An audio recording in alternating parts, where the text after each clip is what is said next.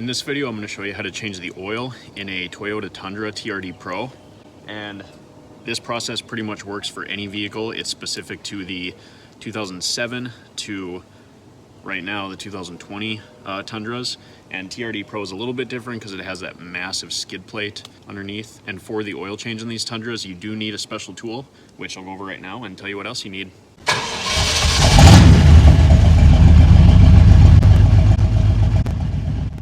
And if you want to learn how to fix your vehicle, do budget restorations, troubleshoot equipment, and all sorts of other types of garage-related stuff, be sure to subscribe to Midwest Garage so you don't miss anything. And a little bit of extra information for you. If you buy a brand new Toyota, they do service for the first 25,000 miles of the vehicle for absolutely free. Just bring it to the dealership, boom, free service, 25,000 miles, nothing to worry about. However, I feel like there is something to worry about when I bring my vehicle to a dealership, and so for my own peace of mind, I would rather pay the 60 bucks for this oil change and just do it myself, and that way I'm not worrying about the dealership screwing it up. So just keep that in mind in case anybody wants to type down in the comments that I'm an idiot for doing my own oil change. It's for my own peace of mind because I want it to be done right.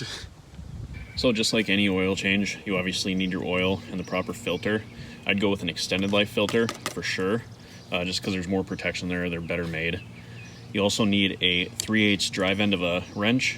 You need a 14 millimeter and a 5 millimeter Allen wrench. Now you also need a special oil filter wrench to take the oil filter out of these Tundras. And you don't need this entire kit here, but this kit is such an awesome deal. So I'll also have this link down in the description below, so make sure you pick one up if you have a Tundra. And yeah, let's get started.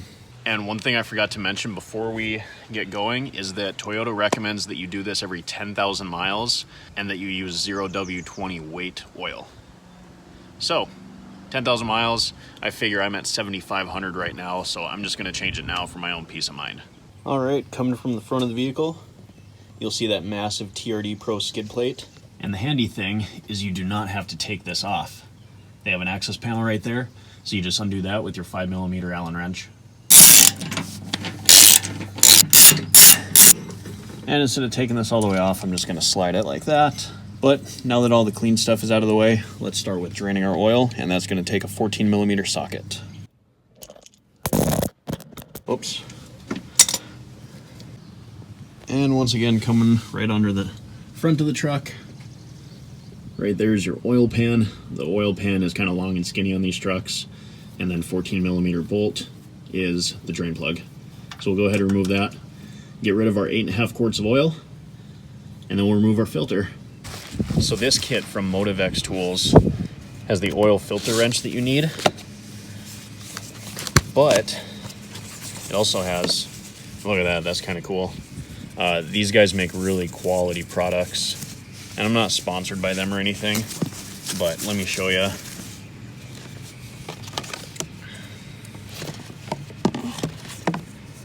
So this is for draining your oil filter housing, and this is super handy because otherwise you pull your oil filter housing out, you'll see that in a minute, and it's just full of oil and it just makes a mess. Oops. It also comes with this funnel that is specifically made for this truck. If I can figure out these threads. I am not a smart man today. Yeah. So anyway, threads in, and then this actually threads onto your valve cover so that you literally have 0 leaks when you're pouring your oil. Super cool. And now this is the part that you need. This is the oil filter wrench. And you need a quality one of these, especially if you're gonna be changing the oil in your own vehicle, because you buy the cheap ones and they just break right away.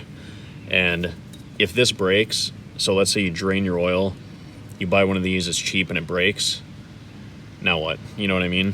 So buy a Motivex Tools one. They're really well made, and this'll last you a long time.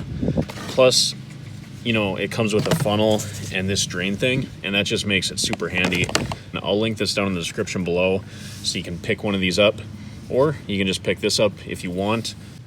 So we have our drain plug back in and cleaned up a little bit of a mess, you know, that we made onto the bottom of the skid plate and stuff. And you don't want to over torque that. Like I usually say, just bring it up to German torque specs and just get it good and tight. Now, right up there is our filter housing. So you want to take your 3/8 inch socket end and remove this cap.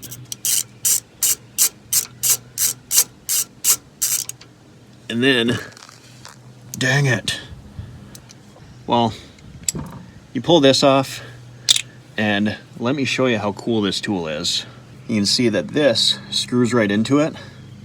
And what you do is once this part is screwed into your oil filter housing, you just tighten this so that it'll push a little button in there, and boom, drain away your oil right through this tube.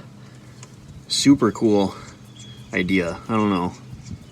I'm kind of nerding out over it for nothing, but I think it's kind of cool. So we'll just screw this in quick.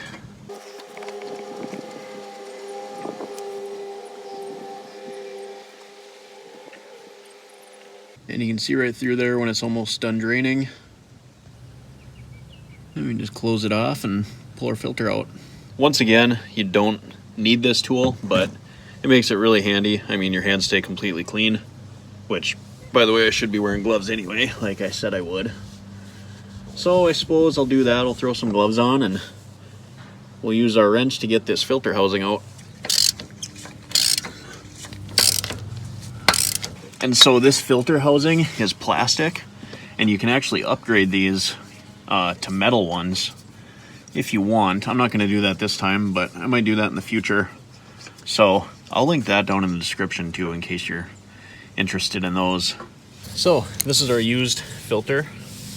So you just pull this out. Keep in mind how it's oriented, not that it matters too much. And then you'll have this seal here that you need to replace because your new oil filter will come with one. You just use a pick or something and just tear that off because you'll see how loose it was. And then there's another seal at the bottom here. And this would have been completely full of oil if we didn't have that little drain tool. But there's a little seal right there. Pop that out and we'll replace both of those with our filter. I like to use a quality filter, and although STPs probably aren't the best, they're still a good filter, especially these extended life ones. So that, and got a good deal on it because you buy the filter with the oil and you got a free air filter. So I have one of those to change out, you know, in 5,000, 10,000 miles. These STPs are good filters. The only problem I'm seeing here is that the parts store gave me the wrong filter. So that's perfect because now this is dirty and I probably can't return it. So that's awesome. Well, I suppose I'll see if I can grab the right one. I'll be back. Wicks. Nope. Got to the parts store at 11:58 just now, and they close at noon, so lucked out.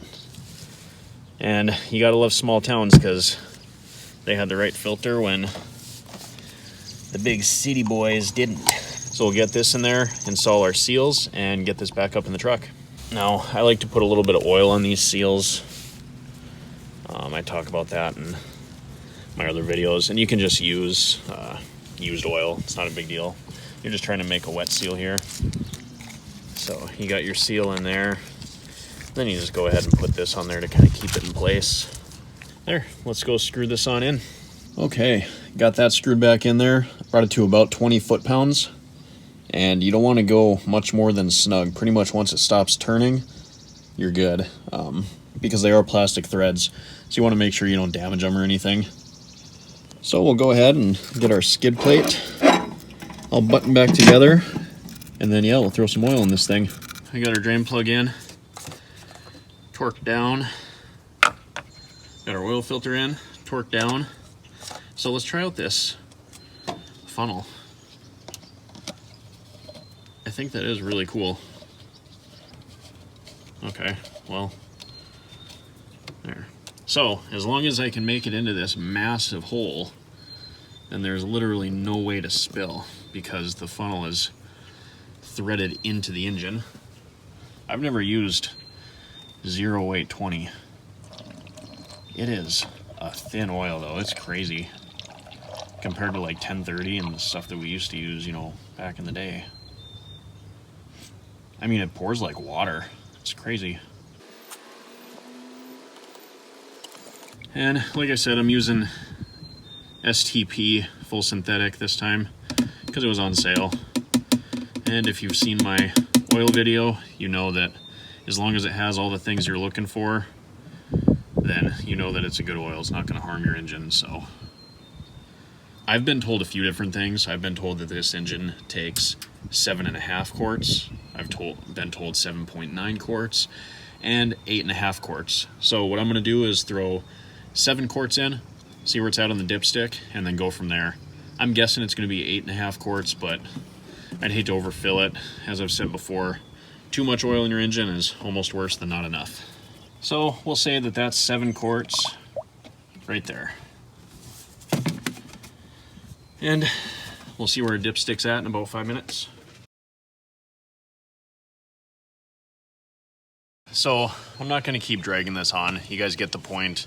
The oil change is just like any other oil change, just with one added step. If you guys have any questions, comments, anything, make sure you leave them down in the comment box below. And be sure to subscribe to Midwest Garage if you haven't already. I have a ton of content coming out every week, and it's stuff that I'm sure you guys would enjoy. So yeah, thanks for watching, guys, and I'll see you in the next video.